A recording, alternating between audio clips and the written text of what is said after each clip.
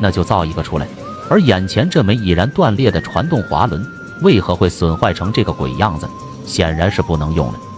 可来自白沙瓦的小哥也是徒步8公里，找到老巴师傅的维修店里，准备手搓一个全新的出来。这不就连替换件都给带来了？如果换作是你，显然不会这么做，直接购买一个全新的就好，何必这么麻烦？可小巴却不这么想，毕竟换新的价格哪有制作一个全新的划算？师傅将铁柄固定在车床上后，便开始车削起来。由于这枚铁柄是用乙炔枪切割定型，表面平整度欠佳，必须先将表面加工平整，才能进行后续维修。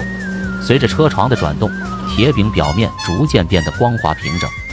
当表面加工完成后，老巴师傅把铁柄固定在台前上，找来之前损坏的滑轮。他需要将每个滑轮的齿牙部分进行定位，才能进行更为精确的加工。传动滑轮在机械传动系统中可是关键部件，它通常借助绳索或皮带的带动，让机械设备的另一端获得相应的动力输出，广泛应用于工厂机器、建筑起重设备等场景，与电机、发动机等动力源配合，实现不同部件间的动力传输，保障设备稳定运行，提升工作效率和操作的便捷性。正因如此，每个滑轮的齿牙部分定位必须精准，才能保证后续加工的质量。在铁柄上钻孔只是维修的第一步，老巴师傅将喷好油漆的零件再次固定在车床上，用钻头在标记好的点位上进行钻孔处理。随着时间的推移，孔位被打好，他拿起车刀对零件内部进行车削加工。考虑到零件的便携性，此时中心镂空的加工就显得十分必要。这不能够减轻零件的重量，还能对零件的整体性能有所提升。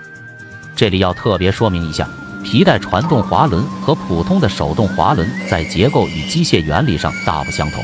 传动手轮是手动操作部件，通过旋转实现机械装置的调节或控制，像设备启停、位置调整等，常见于数控机床、阀门控制等场景，依赖人力直接驱动。而传动滑轮是利用杠杆原理改变力的方向或省力的机械装置，由周边有槽的轮体和绳索组成，分为定滑轮、动滑轮和滑轮组，广泛应用于起重设备、建筑提升等领域。正因传动滑轮的特殊性，老巴师傅的维修工作容不得半点马虎。将内部孔位车削好后，他再次把零件固定在车床上，此时要加工的是滑轮外部的齿牙部分。而这独特的维修方式省去了传统洗刀的洗削加工，变成了直接将外缘的孔位拔掉便可得到对应的齿牙部分。这一招尽显他的维修经验与智慧的双重结合。齿牙位置加工好后，老巴师傅没有片刻休息，又找来钻头，在零件中心位置进行钻孔维修。这个孔位至关重要，它是链接固定滑轮的关键位置，容不得丝毫偏差。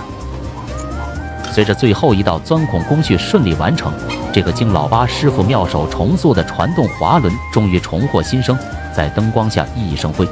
每一处精准的孔位，每一道细腻的齿牙，都倾注着老巴师傅对机械维修的热爱与精湛技艺。